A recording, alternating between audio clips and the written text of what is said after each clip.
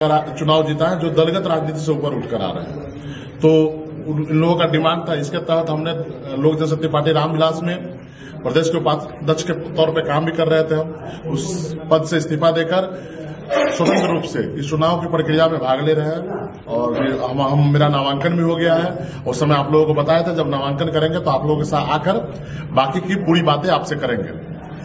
तो मेरा वादा था कि हम आएंगे और आप पूरी तरीके से सीतामढ़ी के जनता को बताएंगे क्यों तिरहुत का चुनाव इस बार केंद्र बिंदु बनेगा।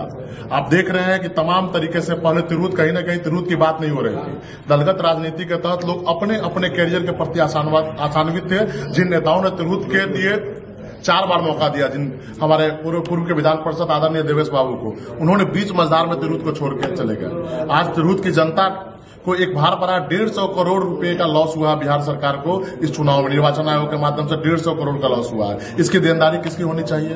आज आप देखते हैं कि तिरहुत में तमाम तरीके से उत्तरी बिहार और दक्षिणी बिहार की व्यवस्था देखिएगा तो दक्षिणी बिहार पूरी तरीके से प्रगतिशील है, बस उत्तरी बिहार में गरीबी ही गरीबी है। आप देखिए मुजफ्फरपुर एयरपोर्ट और एम्स का सौदा कर लिया गया। तो तमाम तरीके की जो बातें थी जो रोजगार के सृजन के क्षेत्र थे, जैसे एयरपोर्ट बनता तो लाखों युवाओं को रोजगार मिल सकता था, अगर एम्स बनता तो लाखों युवाओं को रोजगार मिल सकता था। सेशन लेट की समस्या आज तक आप देखते हैं कि स्नातक बच्चे 6 साल 7 साल में डिग्री प्राप्त करते हैं। जब 7 साल में डिग्री प्राप्त करेंगे तो बिहार में और हिंदुस्तान की तमाम वैकेंसियों में बैठने का मौका कम मिलेगा। तो दलगत राजनीति से ऊपर उठकर आज दल के सभी दलों के कार्यकर्ता मेरे साथ खड़े हैं। आप देखिएगा तो जो दल के उम्मीदवार है उनके प्रति जो स्नातक वोटरों का रुझान है पूरी तरीके से रोष में बदल गया है। लोग नहीं चाहते हैं कि दलगत राजनीति में इस चुनाव में दलगत राजनीति निर्वाचन आयोग और संविधान के अनुसार दलगत राजनीति एक तरह से गलत परंपरा है। लोग अपनी ताकत का आजमाइश करके अपने समर्थन किसी को दे देते हैं। समर्थन मिलने के बाद जो उम्मीदवार होता है वो जनता के बीच में काम करने नहीं जाता है। उसकी ताकत लगती है कि आदरणीय इस नेता ने हमको समर्थित किया है और हम आराम से चुनाव जीत जाएंगे।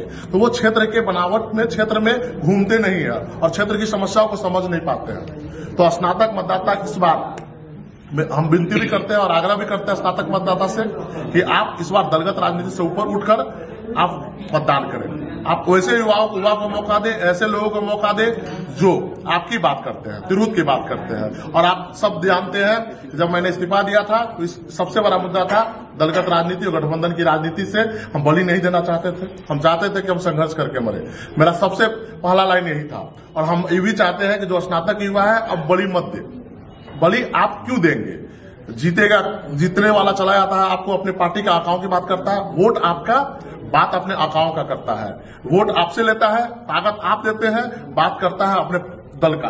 तो आप ऐसे लोगों को वोट दें जो आपके वोट से चुनाव जीत के जाए और आपकी बात करें। एक नई राजनीति की शुरुआत करें। हम आह्वान करते हैं सीतामढ़ी के तमाम तिरहुत स्नातक मतदाताओं से कि आप एक नई राजनीति की शुरुआत करें और अपने मत से अपने बीच का उम्मीदवार चुनें। आप अपने मत से तिरहुत के बेटा को चुनें, न कि बाहरी को चुनें। जब बाहरी हमारे ऊपर आएंगे, हमारे अपने अनुसार अपने प्रोपेगेंडा को हम पे थोपने लगेंगे और हमसे राजनीतिक साजिश करके चले जाएंगे। आज स्नातक मतदाताओं को एक मौका मिला है कि अपने तिरहुत के बच्चों को चुन सकते हैं और अपने तिरहुत के लाल को विधान परिषद में अपनी आवाज बना सकते हैं। हम चाहते हैं कि एक बार मुझे 1 साल के लिए पूरे तिरहुत स्नातक मतदाता 1 साल के लिए मुझे मौका दे। इस क्रम में हम तमाम उनके एजेंडों को, तमाम उनके समस्याओं को सदन से लेकर सड़क तक रखने का काम करेंगे। और 1 साल का ही मौका मांग रहे हैं। आपके 1 साल बाद फिर स्नातक मतदाता फिर से हमको वोट करने के लिए फिर से वोट करेंगे।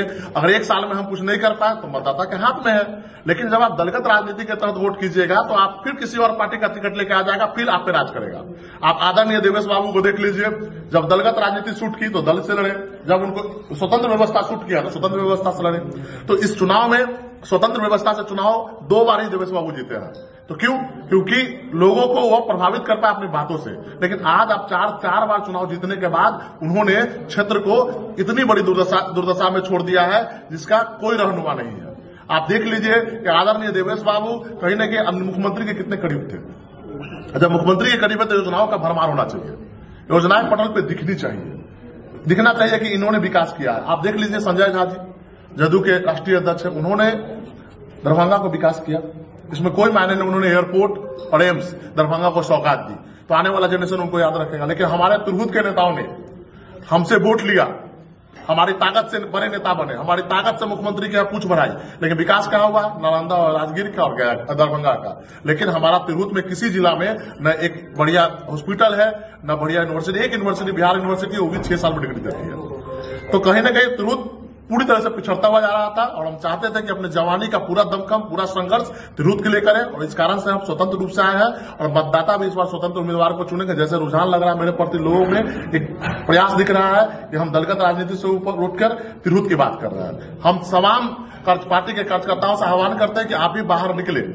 आपके वोट से चुनाव जीतने वाले लोग, आपके मेहनत से चुनाव जीतने वाले लोग, उनके गुणगान कब तक करते रहेंगे? आपने आजादी के 77 वर्षों बाद तक आज तक उन नेताओं को वोट दिया है, पर आपकी समस्याओं के लिए उन्होंने कभी सदन में एक सवाल नहीं किया। आप पूछ लीजिए पूर्व के विधान परिषद से, अगर सदन में तिरहुत के विकास के प्रति अगर सजग रहते तो तिरहुत आज विकास की धारा बहती नजर आती, लेकिन आज तक सदन में एक सवाल नहीं किया। हमने कहा भी था पटना के मोर्चा में जब हमारा प्रेस कॉन्फ्रेंस हो रहा था, एक सवाल तिरहुत के लिए नहीं किया था। तो उसमें एक पत्रकार पूछे कि विकास तो किए हैं, योजनाओं के उनके जो पैसे मिलते हैं योजनाओं का, उसका विकास नहीं करते हैं। जब आप बड़ी राजनीति करते हैं, इतने बड़े राजनीति के रूप में जब उभर के आते हैं, 4-4 लोकसभा 5-5 लोकसभा क्षेत्र का प्रतिनिधित्व करते हैं, उसके बावजूद आप तिरहुत के विकास के प्रति एक भी ऐसा एजेंडा नहीं ला पाते हैं जिससे तिरहुत के तमाम लोगों को फायदा मिले।